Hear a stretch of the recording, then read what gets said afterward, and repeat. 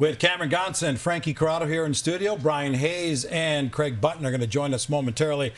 Guys, for decades now, we've been talking about Michael Ruzioni, how he was the hero of the Miracle on Ice. For years to come, we're going to be talking about Jack Hughes. From the Canadian perspective, they're going to be saying, how did we let that happen? From the American perspective, we're going to say, hey, a guy who began playing his minor hockey in Canada is now our hero into infamy. How did it all come together, Cam? The play was a big scramble right from the start. McDavid took the puck up the ice. Once it got behind the net, the scramble was on essentially from that point. Once it got down near the Canadian zone, McKinnon jumped onto the ice and he was back-checking, really.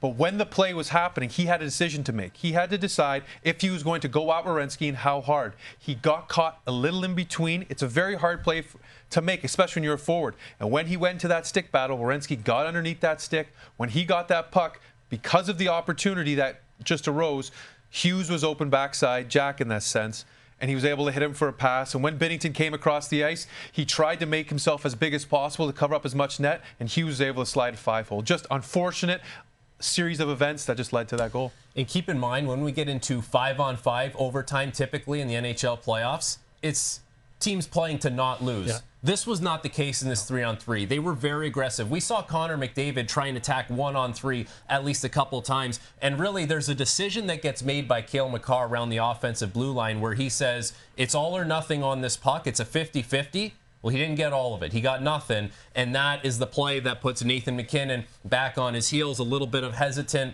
moment there. And that leads to the Jack Hughes game winner who, a guy last year, a year ago at the Four Nations, maybe didn't play as much, got filtered lower in the lineup, and gets the golden goal for the USA this time around. Let's face it, heroic move, but if not for Connor Hellebuyck, there's no way Jack Hughes gets that opportunity. Let's bring Craig Button into this conversation.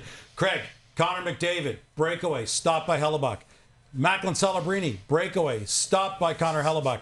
No doubt he was the MVP of the gold medal game, Craig?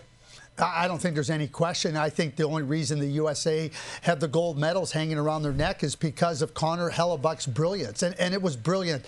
Yes, Nathan MacKinnon hit the outside of the post and didn't score. But you think about the glorious scoring chances that Canada had time and time and time again, and from their best players. And they really worked Connor Hellebuyck. And Connor Hellebuyck worked just as hard to make sure that that puck wasn't getting behind him. Makar makes a great shot to get the game at 1-1. But you look at how the USA played this game in the second and third period. I mean, they played like Finland did in the semifinal. And Juuse Saros was great in the semifinal before Nathan MacKinnon wins it. They just couldn't find a way to finish against a great Connor Hellebuyck in this gold medal match. And the margins are thin. And we can look at it and say, geez, it's an overtime game. It's 3-on-3 and everything that goes with it. But Canada did every single thing you'd want to do as a team. If you drew it up and you said, here's what we got to do to win, you would take that 100% of the time. They did it. They played with commitment. They played with a real driving force. Connor Hellebuyck made sure that the second goal didn't go in behind him to give Canada the gold medal. And the USA does not win the gold medal without the great play of Connor Hellebuyck, simply put.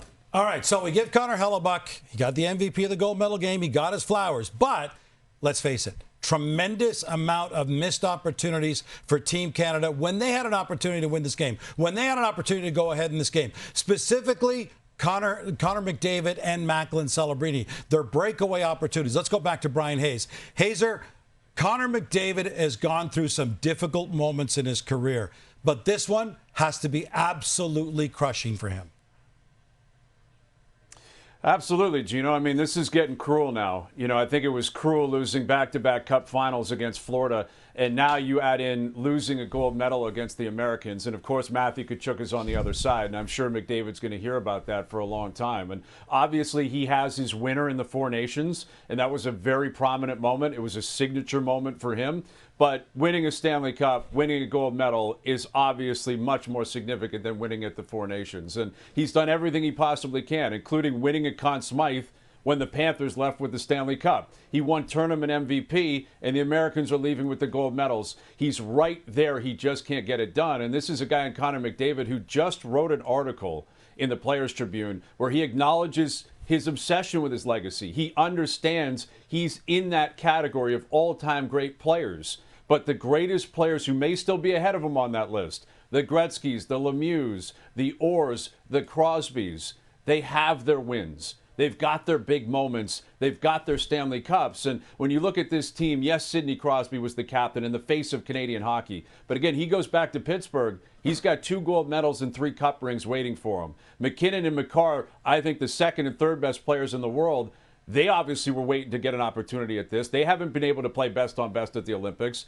They're not happy about this, but they go back to Colorado. Cup rings are waiting for him. McDavid still doesn't have that prominent signature moment, and he was gearing up for it in overtime. Multiple times he tried to take on the Americans, and he just couldn't break through. And in the end, it's Jack Hughes who scores, and who's right in front of him as it goes in? Connor McDavid.